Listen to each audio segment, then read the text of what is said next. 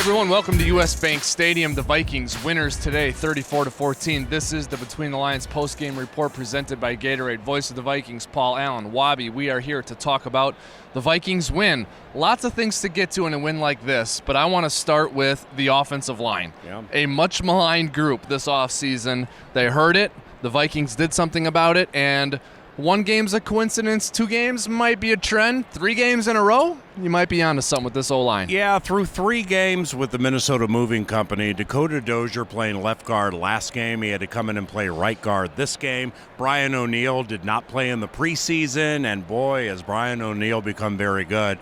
We do have a common thread, the Minnesota Vikings with the Minnesota Moving Company, the blocking of tight ends, wide receivers, C.J. Ham, everybody.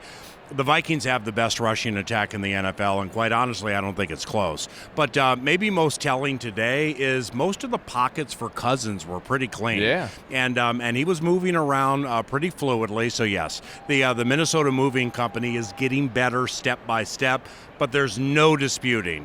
From a running standpoint, holy cow, are these guys good. They are very good. No sacks allowed. Over 200 yards rushing for the Vikings offense. Dalvin Cook, a special player. Paul, do you love calling Dalvin Cook's games? Yeah, I do, because they're pardon the cliche, but there's more than one way to skin a cat. Mm-hmm. And with Rick Dennison, the run game coordinator and offensive line coach, and Andrew Janoko, who assists him, they're just doing it in so many creative ways. And, our offensive coordinator, Kevin Stefanski, boy, is he doing a really, really good job through 3 games. And, I know the team lost at Green Bay, but in watching back all the offensive plays with you in the Green Bay and Atlanta games, you can just see how creative Kevin is and the position he's putting this offense in. So Kevin, Dennison, Janoko, Moving Company, Dalvin Cook, they're all doing so well right now. Defensively, I just got to admit to you, I feel a little silly. Fine.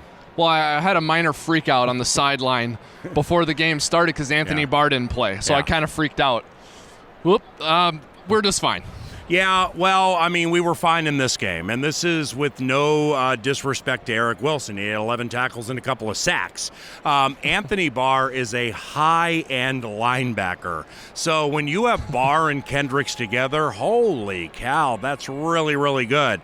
I think discretion was the better part of valor today with Anthony. So we'll see how the week of practice works out, but when we head to Soldier Field, sure would be nice to have 5-5. Now, Eric Kendricks leads us in tackles every single season. We just kind of take it for granted and forget about it. But this was a game where he really stood out. He was a standout player in today's game. Yeah, because Oakland, with John Gruden paving the way, Oakland can get a little shifty and a little sneaky. And you got these flips here and the flea flicker for the touchdown, and then they go power between tackles. Yeah. Eric Kendricks not only is one of the great tacklers in the history of Minnesota Vikings football, history. He's going to lead this team in tackles for a 5th consecutive year, and the all-time leaders are Scott Studwell and Chad Greenway at 6. Yeah. Eric Kendricks' pass coverage, if you need that, is as good as it's ever been. I'm a major, major fan. He's a very smart player, and he's part of one of the best defenses in the NFL. All right, Viking specialists, very good. So on a day when Daniel Carlson comes back to the stadium for the first time since he was cut, Dan Bailey is perfect. Hits a 50-yard field goal, 2 for 2 on his kicks, 4 for 4 on his PATs. And the punter's good. Britton Colquitt, 47.5 net average today. Whoa. Was the holder, of course, on all of those kicks. Yeah. So a very good day for the Viking special teams. And you might as well finalize it with the entire battery. Our long snapper, Austin Cutting, Kevin McDermott, not only an incredibly popular player with the team, pretty good at what he did. Cutting, snapping has been really good, and he's also fast and athletic getting down the field. Yeah.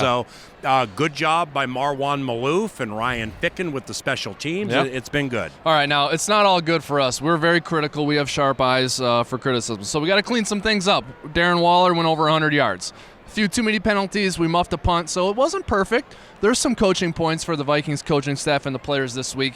They'll have to clean those things up because we got a big game against the Bears coming up. Set the stage briefly for Vikings at Bears next Sunday. I think it's a 3:25 kick. It is. The Vikings rushing attack is phenomenal. You know what else is phenomenal? The front 7 of the Chicago Bears with Eddie Goldman, Akeem Hicks, Roquan Smith. Danny Trevathan is one of the best tackling linebackers in the NFL. Oh, yeah, and by the way, 52. Used to play for the Raiders. Oh, yeah, Khalil Mack. One of the great overall linebackers and defensive players in the NFL. Can't wait because running games travel, and I can't wait to watch this Minnesota Moving Company and this rushing attack at Soldier Field next week. Let's go. Let's go. We got a lot to get to before then, so make sure you stay tuned to Vikings.com for all of that post-game coverage, and then we'll get you ready for the Chicago Bears next Sunday. Victory High Five. Got you. Good job. All right, that's it for the Between the Lines post-game report. It's presented by Gatorade, and it's over. The Vikings win 34-14. They're 2-1, and they're at Soldier Field next week. See ya.